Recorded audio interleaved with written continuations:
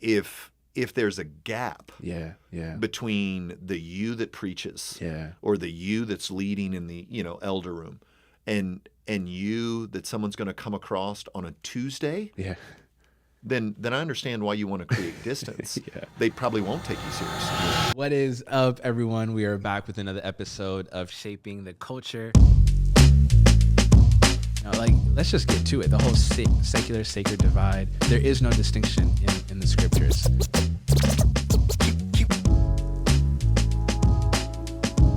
Some of us have trust issues with God, and some of us, it's like, does God really got us? You can't engage the culture with the gospel that first has not engaged you. Like, you know how people are like, oh, that's just who I am. Nah. Keep. Drop the mic. Drop the mic. Drop the mic. Shaping the code. When I was starting out at 28, I think every talking head out there was talking about don't be friends with your staff. Don't be, you've got to protect the mantle or whatever that nonsense is. But I just think what a broken idea. Yeah. It's not like Paul's like, well, I got to keep Timothy at a bit, a bit of a distance, so he doesn't question my authority. Yeah.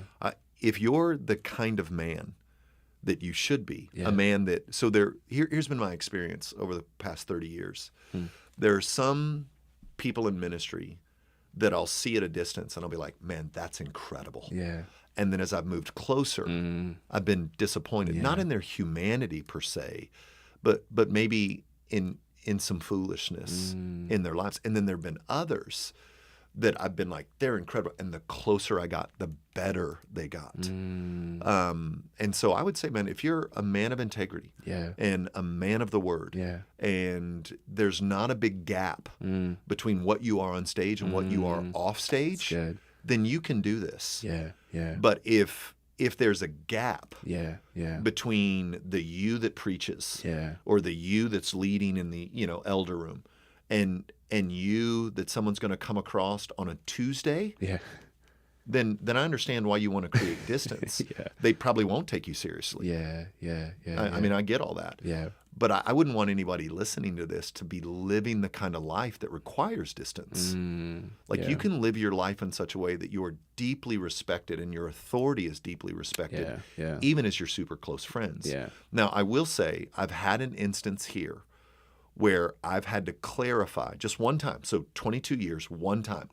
I had to have a hard conversation with a very good friend where I said, hey, I'm not asking you as your friend. I'm telling you as the guy who's been given authority over you in this organization that this is what I expect you to do. And here's what's great about that.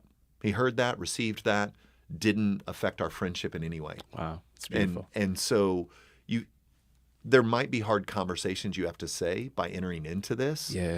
But man, I'm telling you, we've been through some wars here. Some terrible things. And to be in it with some of my closest friends divides the sorrow and hardship and increases the joy to a level of, I was texting with Josh Patterson. He's another lead pastor here. And man, we just honored him for 20 years this past weekend. It's beautiful. And I have such affection for him. And there's a group of 5 of us, or super tight group of 5 of us. All of us here, well, one guy in year 3, everybody else 15 or more.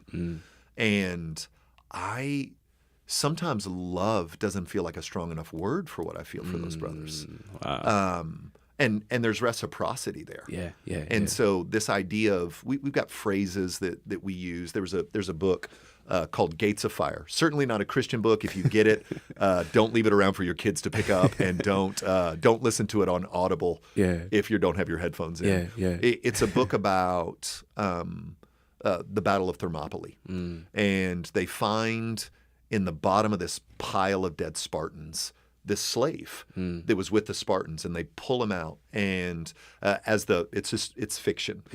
He begins to ask the slave about the ways of the Spartan and what just happened to him. Why did he just lose 20,000 men against these 300? And in the description of Spartan life, he talks about their way of combat, and this concept of this shield to shield concept that comes into view, where the shield that I hold isn't protecting me; it's protecting the guy to my left, and the guy to my right, his shield's protecting me. Yeah. And so we talk. I mean, we say shield to shield all the time here. Yeah. And Wow. and so that's language that we've got in place, and we've all read this book, Yeah. and we wanna be like that. Yeah. I'm here to protect you. Yeah. You're here to protect me. Yeah. So that when things get hard, and in ministry things will get hard. Yeah. The only question is how hard. Yeah. That's right.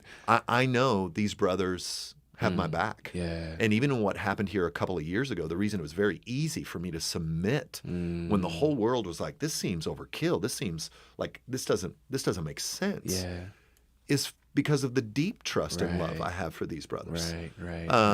There was no guile, there was no subversive. They're not trying to push me out, or they're trying to protect me, trying to love me. Yeah. And I'm not saying that was easy. I'm just saying the fabric held. Yes. But that was built on years, in some instances, decades of highs and lows, everyday life. I mean, some of those guys were at the hospital for the birth of all my children. I was definitely at the hospital for the birth of all theirs. Wow. We have vacation together. Yeah. We have similar hobbies. We spend a lot of time together. We eat frequently. We laugh a lot. We cry a lot. And it's a shared burden of delight because of the close friendships. I don't think I'm here talking to you without that group of guys. Wow. I don't think I am. I think I would have run out of gas. It'd have gotten too much. It would have gotten to be too much. Yeah, so many questions that I have in light of what you just shared. It reminds me of what Paul tells Timothy: watch your life and doctrine. That's right. And then he also shares with the Church of Thessalonica. We shared not only our doctrine, but our very lives. Our very lives. And so, but we've moved away from that. And I think you hit the nail on the head when you talked about, this concept of faithfulness over perfection.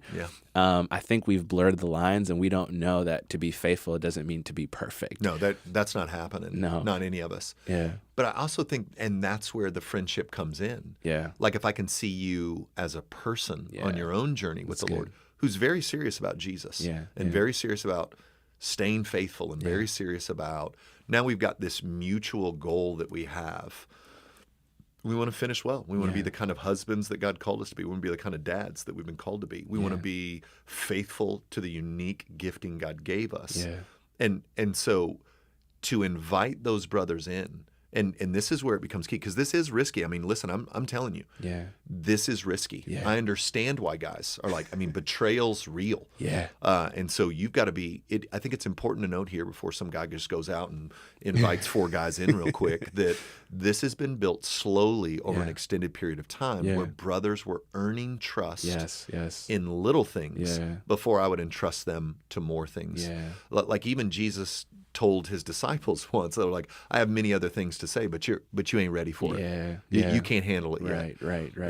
And so before I would avail myself to anyone, I would want there to be an extended season where I could see that they were trustworthy, they were men of integrity, they were men growing in their love for me as I was growing in my love for them.